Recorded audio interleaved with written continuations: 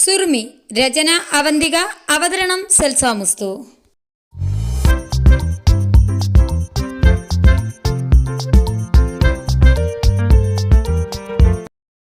ചെവിയിൽ വെച്ച് ഹലോ എന്ന് 2-3 പ്രാവശ്യം പറഞ്ഞിട്ടും മറുഭാഗത്തു നിന്ന് ശബ്ദമൊന്നും കേൾക്കാനില്ല. എന്തെങ്കിലും കേൾക്കാനുണ്ടോയെന്ന് അറിയാനായി 1-2 നിമിഷം കാതോർത്ത് നിന്നു. മറുവശത്തു നിന്ന് ഉയരുന്ന നിശ്വാസത്തിൻ്റെ മുറുകുന്ന നെഞ്ചിടിപ്പിൻ്റെ സാന്നിധ്യം അവളറിയെ വയറിലൂടെ ഒരു വിറയിൽ കടന്നുപോയി. ക്രമാതീതമായി അവളുടെ നെഞ്ചിടിപ്പ് ഉയർന്നു. നെറ്റിയിലും ചെന്നിയിലുമായി വീർത്തുള്ളികൾ പൊടിഞ്ഞു. വാക്കുകളൊന്നും വരുന്നില്ല. എല്ലാം തൊണ്ടയിൽ കുരുങ്ങി കിടന്നതേയുള്ളൂ. 1-2 നിമിഷം ഉയർന്നു താഴ്ന്ന നിശ്വാസം കാതോർത്തവൾ നിന്നു. നിന്നോട് ചോദിച്ച കേട്ടില്ലേ, ആരാ റുമി?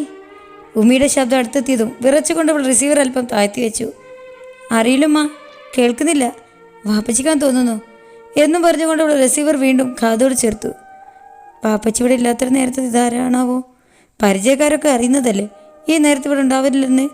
അത്യാവശ്യമുള്ളൊരു വാപ്പച്ചിയുള്ള സമയത്ത് വിളിച്ചോളും. ഞാൻ ഫോൺ കട്ട് ചെയ്തോട്ടോ മാ. മറുവശം അപ്പോഴും അവൻ്റെ സാന്നിധ്യം അവൾ അറിയുന്നുണ്ടായിരുന്നു. അത് ശരിയാ, വേണോ ഒരു വാപ്പച്ചി ഉള്ള സമയം വിളിച്ചോളൂ, നീ വെച്ചേക്ക്. ഉമ്മയുടെ മറുപടിയും വന്നു. 1-2 നിമിഷം കൂടെ അവൾ റിസീവർ ചെവി വെച്ച് കാതോർത്തു. മറുവശത്തവൻ എല്ലാം കേട്ടിട്ടുണ്ടാകുമെന്ന വിശ്വാസത്തിൽ മനസ്സില്ലാതെയാണെങ്കിലും അവൾ ഫോൺ കട്ട് ചെയ്തു. 1-2 നിമിഷം കൂടെ ഏതോ ആലോചന അവളൊന്ന് നിന്നു. പിന്നെ പതിയെ നടന്ന് റൂമിൻ്റെ വെളിയിലേക്ക് തലയിട്ട് ഉമ്മ അവിടെ എവിടെയെങ്കിലും ഉണ്ടോ എന്ന് നോക്കി. ഇല്ല, ഇവിടെ എങ്ങും ഇല്ല. അടുക്കളയിൽ നിന്ന് പാത്രങ്ങളുടെ ശബ്ദം കേൾക്കാനുമുണ്ട്. ആശ്വസ്തയോടെ ശ്വാസം വിട്ടു. പതിയെ റൂമിൽ നിന്ന് ഇറങ്ങാൻ നേരം കണ്ണുകൾ പോയത് റൂമിൻ്റെ ഒരു കോർണറിലായി സ്റ്റാൻഡിൽ ശാന്തമായിരിക്കുന്ന ഫോണിലേക്ക് തന്നെയാണ്. ഒന്നുകൂടെ ഉമ്മ വരുന്നില്ലെന്ന് ഉറപ്പ് വരുത്തിക്കൊണ്ടവൾ പതുക്കെ ചെന്ന് റിസീവർ ചെവി വെച്ച് കാതോർത്തു. മറുവശം കുറുകിക്കൊണ്ടിരിക്കുന്ന അതിൻ്റെ സ്ഥയ ശബ്ദം കേട്ടപ്പോൾ നിരാശയോടെ അവൾ റിസീവർ താഴെ വെച്ച് പുറത്തേക്കിറങ്ങി. റൂമിലേക്ക് എത്തിയിട്ടും കൈയിൻ്റെ വിറയിലും ഉയർന്ന നെഞ്ചിരിപ്പും യഥാസ്ഥിതിയിലായിട്ടില്ലായിരുന്നു. മനസ്സ് സന്തോഷം കൊണ്ട് തുടികൊട്ടുന്നതിനോടൊപ്പം ഒരു വാക്കുപോലും സംസാരിക്കാനോ ആ ശബ്ദമൊന്ന് കേൾക്കാനോ പോലും പറ്റിയില്ലല്ലോ എന്ന് നിരാശയും. എന്തേലും ഒരു വാക്ക് പറയാമായിരുന്നു. ഇതിപ്പോൾ ആ നേരത്തെ വെപ്രാളം കൊണ്ടൊന്നും ഓർമ്മയും വന്നില്ല. ഷോ, ജസ്റ്റ് മിസ്സായല്ലോ. ഇനി പറഞ്ഞിട്ട് കാര്യമില്ല, പോയ പൈസ കഴിച്ചിട്ട് കാര്യമില്ലല്ലോ. ഇപ്പോഴും കൈയുടെ വിറയിൽ മാറിയിട്ടില്ല. ആ നേരത്താണെങ്കിൽ നാശം പിടിക്കാൻ ശബ്ദം പോലും പുറത്തേക്ക് വന്നുമില്ല. ഇനിയിപ്പോൾ മഷു അല്ലേ അത്? തോന്നിയതാവോ? ഹേയ്, അല്ലല്ല, ഫോണിലൂടെ അറിഞ്ഞ നിശ്വാസം അത് മഷുവിൻ്റെ തന്നെയാണ്. എനിക്ക് സംശയമുണ്ടെങ്കിൽ എൻ്റെ ഹൃദയം വേഗം തിരിച്ചറിഞ്ഞല്ലോ. ആദ്യം ഫോണെടുത്ത് ചെവി വെച്ച നിമിഷം തന്നെ അകാരണമായി തുടികൊട്ടിയത് ഈ ഇടനെഞ്ചാണ്. പിന്നെയാ ഈ പൊട്ട തലച്ചോറിന് പോലും മനസ്സിലായത്. പക്ഷെ ഇങ്ങോട്ടൊന്നും മിണ്ടിയത് പോലും ഇല്ലല്ലോ. പടച്ചോനെ, പറഞ്ഞ പോലെ കേൾക്കാത്തതാണോ? അല്ലല്ല, മഷു തന്നെയാണ്. ഇനിയിപ്പോൾ മഷുവാണേൽ എന്നോട് പരിഭവം തോന്നിക്കാണോ? ഒരു വാക്ക് പോലും മിണ്ടാത്തതിൽ പിണക്കായി കാണോ? റബ്ബേ, നീ കാത്തോളണേ, അങ്ങനെയൊന്നും തോന്നിപ്പിക്കല്ലേ. സ്വയം സമാധാനിപ്പിച്ച് ആശ്വാസം കണ്ടെത്താൻ നോക്കിയെങ്കിലും അവനക്ക് ദേഷ്യമായി കാണുമെന്ന ചിന്ത അവൻ വിളിച്ചാലോ എന്ന സന്തോഷത്തെയും മതിച്ചുകൊണ്ട് അവളെ കൂടുതൽ അസ്വസ്ഥമാക്കി. കസേര വലിച്ച് അതിലേക്ക് ഇരുന്നു കൊണ്ടവൾ അടക്കി വെച്ച പുസ്തകക്കെട്ടുകളിൽ നിന്നും അവളുടെ ഡയറി വലിച്ചെടുത്തു. എപ്പോഴും എഴുതുന്ന ശീലമൊന്നുമില്ല. വല്ലപ്പോഴും എന്തെങ്കിലും കുത്തിക്കുറിക്കും. വിശേഷ ദിവസങ്ങളോ സംഭവങ്ങളോ അടയാളപ്പെടുത്തിയിടും. ഭാരിച്ച ചിന്തയോടെ തന്നെ അവൾ ആ ഡയറി തുറന്നു. മഷു ഹനയുടെ കയ്യിൽ കൊടുത്തു വിട്ട അവൻ അവൾക്ക് വേണ്ടി ആദ്യമായി എഴുതിയ ആ കത്ത് 2 മടക്കി വൃത്തിയായി സൂക്ഷിച്ചിരുന്നു അതിൽ. കൂടാതെ അവൻ കഴിഞ്ഞ തവണ കൊണ്ടുവന്ന സഫ അവൾക്കായി സമ്മാനിച്ച മിഠായി കവറുകളും. ഹനയുടെ കല്യാണ ദിവസം, അവൻ ഇഷ്ടം തുറന്ന് പറഞ്ഞ ദിവസം, അവൾ കാത്തിരിക്കാമെന്ന് വാക്ക് കൊടുത്ത ദിവസം. അന്നവൻ വാങ്ങിക്കൊടുത്ത ചോക്ലേറ്റ് കവറും അതിൽ ഭദ്രമായിരുന്നു. ആ കത്ത് തുറന്ന് അതിലെ വരികളുടെ അവൾ കണ്ണ് വായിച്ചു. പതിയെ അക്ഷരങ്ങളിലൂടെ അവൾ വിരലൊളിച്ചു. മഷ്കക്ക, ഇന്ന് വിളിച്ചത് നിങ്ങളല്ലേ? എന്താ ഒരു വാക്കുപോലും സംസാരിച്ചില്ലല്ലോ? ഉമ്മ റൂമിലേക്ക് വരുന്നത് തോന്നിയത് കൊണ്ടല്ലേ ഞാൻ കേൾക്കുന്നില്ലെന്ന് കള്ളം പറഞ്ഞേ? ഈ സമയം വാപ്പച്ചില്ലാത്ത സമയമാണെന്ന് പറഞ്ഞതും നിങ്ങൾക്ക് മനസ്സിലാക്കാൻ വേണ്ടിയാ. പെട്ടെന്ന് മനസ്സിലായോ എന്തോ? വിളിച്ചതൊക്കെ കൃത്യസമയത്താണ്. വാപ്പച്ചിയില്ലെങ്കിൽ മാത്രം, അത് ഉമ്മ തിരക്കിലാണെങ്കിൽ മാത്രമേ ഞാൻ ഫോൺ എടുക്കാറുള്ളൂ. വാപ്പച്ചി വിലക്കിയത് കൊണ്ട് എപ്പോൾ ഞാൻ ഫോൺ എടുത്താലും പുറകെ ഉമ്മയും വരും, ആരാ എന്താണെന്നറിയാൻ. അതല്ലേ ഞാൻ അങ്ങനെ ഒരു കള്ളം പറഞ്ഞേ. ഇനി ഈ സമയത്ത് തന്നെ വിളിക്കാൻ വേണ്ടിയാ വാപ്പച്ചി ഇവിടെ ഇല്ലാത്ത സമയം ഇത് തന്നെയാണെന്ന് പറഞ്ഞത്. ഒന്നും സംസാരിച്ചില്ലെങ്കിലും ആ നിശ്വാസമെങ്കിലും കാതോർക്കാലോ. എന്നോട് പരിഭവം തോന്നല്ലേ? സാഹചര്യം അതായിപ്പോയി. ഇനി വിളിക്കൂലേ? പരിഭവം കൊണ്ട് വിളിക്കാതിരിക്കല്ലേ. ഇനി വിളിക്കുമ്പോൾ അടുത്തൊന്നില്ലേ, ഞാൻ എന്തെങ്കിലും സംസാരിക്കാൻ നോക്കാം. ഞാൻ കാത്തിരിക്കട്ടോ. ഇത്തവണത്തേക്ക് ക്ഷമിച്ചേക്കണേ, പാവല്ലേ ഞാൻ.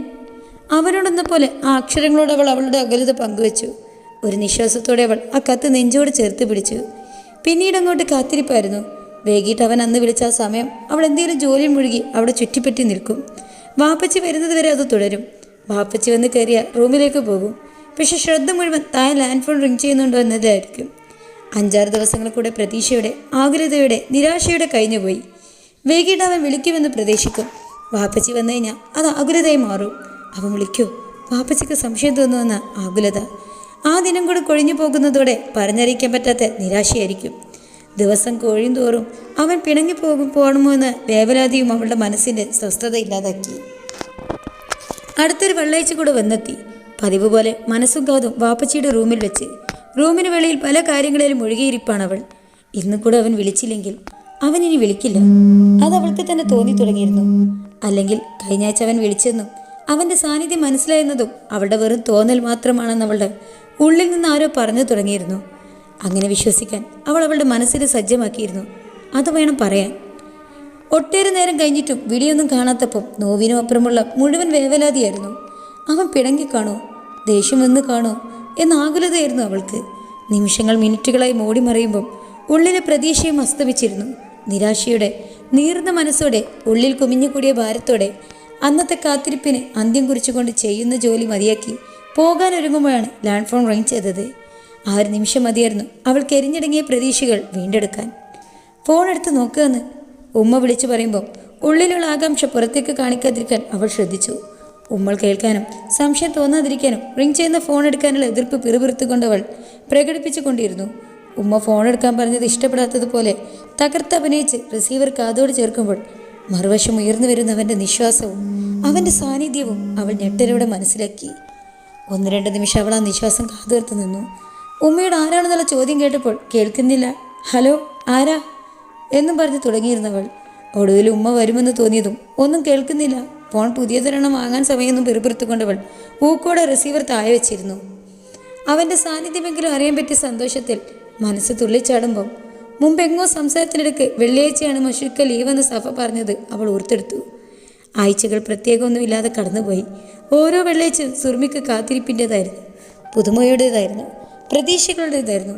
ആ ദിവസം വന്നെത്തിയാൽ കാറ്റിൽ പറത്തിവിട്ട പട്ടം പോലെയായിരിക്കും മനസ്സ്. ആ സമയത്ത് തന്നെ പല രീതിയിലുള്ള കള്ളത്തരം ചെയ്ത് അവൻ്റെ നിശ്വാസം കാതോർക്കാനായി, അവൻ്റെ സാന്നിധ്യം അറിയാനായി അവൾ കാത്തിരുന്നു. അങ്ങനെ ഒരു വെള്ളിയാഴ്ച ഇന്നവൻ വിളിക്കുമെന്ന സന്തോഷത്തിൽ കോളേജ് വിട്ട് വരുമ്പോൾ കാണുന്നത് എവിടെയോ പോകാനായി ഒരുങ്ങുന്ന ഉമ്മയാണ്. ചോദിച്ചപ്പോൾ ഉമ്മയുടെ മാമൻ്റെ വീട്ടിൽ കല്യാണം. സൽമാൻ കൊണ്ടുപോകാൻ വരുമെന്ന് പെട്ടെന്ന് തന്നെ അവളോട് ഒരുങ്ങാനും പറഞ്ഞു അവർ. വാപ്പച്ചി പതിവ് പോലെ പുറത്താണ്. ഇനി സദ്യ വാങ്ങി പള്ളി കയറ്റി പ്രാർത്ഥന കഴിഞ്ഞേ വരൂ. പെട്ടെന്ന് തോന്നിയ ബുദ്ധി തലവേദന ഉണ്ടെന്ന് കിടക്കട്ടെ എന്ന് മാത്രം പറഞ്ഞുകൊണ്ടവൾ റൂമിൽ കയറി കഥകടിച്ചു. ഒരുങ്ങാൻ വിട്ട് അവളെ സൽമാൻ വരുന്നുണ്ടെന്ന് വിളിച്ച് പറഞ്ഞിട്ടും പുറത്തേക്ക് കണ്ടില്ല. കലി തുള്ളിക്കൊണ്ട് ഉമ്മ റൂമിലേക്ക് ചെല്ലുമ്പോൾ കാണുന്ന കാഴ്ച തളർന്നു കിടക്കുന്ന സുർമിയാണ്. കോളേജിൽ നിന്ന് വന്ന അതേപടിയാണ് കിടപ്പ്. വസ്ത്രം പോലും മാറ്റിയിട്ടില്ല. നനഞ്ഞ തുണി നെറ്റിയിൽ വെച്ച് കണ്ണു തുറക്കാൻ പോലും കഴിയാതെ കിടക്കുകയാണ് അവൾ. നെറ്റിയിലും കഴുത്തിലും ആകുലതയോടെ അവർ നൊട്ടു നോക്കി. എവിടെ നിന്ന് വേദന സംഹാരിക്കണം മരുന്നും 1 ഗ്ലാസ് വെള്ളവും ചൂടുള്ള ചായയും കൊടുത്തവർ വരുന്നത് വരെ കിടന്നോളാൻ പറഞ്ഞുകൊണ്ടവർ വീട് വിട്ടിറങ്ങി. സൽമാൻ്റെ കാർ മുറ്റത്തെത്തി ഇരുമ്പലും അവളെ അന്വേഷിക്കുന്ന സൽമാൻ്റെ ശബ്ദവും ഉമ്മയുടെ വിശദീകരണവും ഒടുവിൽ കാർ അകന്നു പോകുന്ന ശബ്ദവും കേട്ടപ്പോൾ 1000 തവണ മനസ്സുകൊണ്ട് ഉമ്മയോട് ക്ഷമ ചോദിച്ചുകൊണ്ടവൾ എഴുന്നേറ്റിരുന്നു. ഒരേ നിമിഷം ചങ്കിടിപ്പ് കടന്നുപോയി. ലാൻഡ് ഫോണിലേക്കും ക്ലോക്കിലേക്കും മാറി മാറി നോക്കിക്കൊണ്ടവൾ സമാധാനം നഷ്ടപ്പെട്ടവളെ പോലെ അങ്ങോട്ടും ഇങ്ങോട്ടും നടന്നുകൊണ്ടിരുന്നു. വാപ്പച്ചിയുടെ റൂമിലേക്ക് കയറി ജനൽപ്പാളി അല്പം തുറന്നിട്ടു. ഇപ്പോൾ ഫോണിൽ സംസാരിക്കുകയാണെങ്കിൽ അല്പം തുറന്നു കിടക്കുന്ന ജനലിലൂടെ റോഡ് വ്യക്തമായി കാണാം. വാപ്പച്ചി നടന്നാണ് പോയിട്ടുള്ളത്. നേരെ ഇരുട്ടിയാലും അടുത്തുള്ള വീടുകളിലേക്ക് ലൈറ്റ് തെളിയുമ്പം റോഡും റോഡിലെ കാഴ്ചയും വ്യക്തമാണ്. നിമിഷങ്ങൾ കടന്നുപോയി. കാത്തിരിപ്പിന് വിരാമം വിട്ടുകൊണ്ട് ഫോൺ ശബ്ദിച്ചു. നെഞ്ചിരിപ്പിൻ്റെ വേഗതയേറി. കൈകൾ വിറക്കുകയായിരുന്നു അവൾക്ക്. റിസീവർ കാതോട് ചേർക്കുമ്പോൾ ഉമിനീർ പോലും തൊണ്ടയിൽ കുരുങ്ങിക്കിടന്നതേയുള്ളൂ. ഒരു നിമിഷം അവൾ കാതോർത്തു. മറുവശം അവൻ്റെ സാമീപ്യം അവളെ നെഞ്ചിരിപ്പിൻ്റെ വേഗത കൂട്ടി. പൊട്ടിപ്പോകും വിധം മറിച്ചുകൊണ്ടിരുന്ന നെഞ്ചിരിപ്പിനെ നേരെയാക്കുമ്പോൾ കണ്ണുകൾ ജനാലയിലൂടെ കാണുന്ന റോഡിലായിരുന്നു. ഹലോ. തൊഴിൽ ഇന്നവർക്ക് സംസാരിക്കാൻ കഴിയുമോ? അത് മഷു തന്നെയാണോ? കാത്തിരിക്കാം. ചാനൽ സബ്സ്ക്രൈബ് ചെയ്ത് തൊട്ടപ്പുറത്തുള്ള ബെല്ലൈക്കണും കൂടെ പ്രസ് ചെയ്ത് കാതോർത്തിരിക്കുക. വീണ്ടും കാണാം. Signing out. Thank you for watching. By.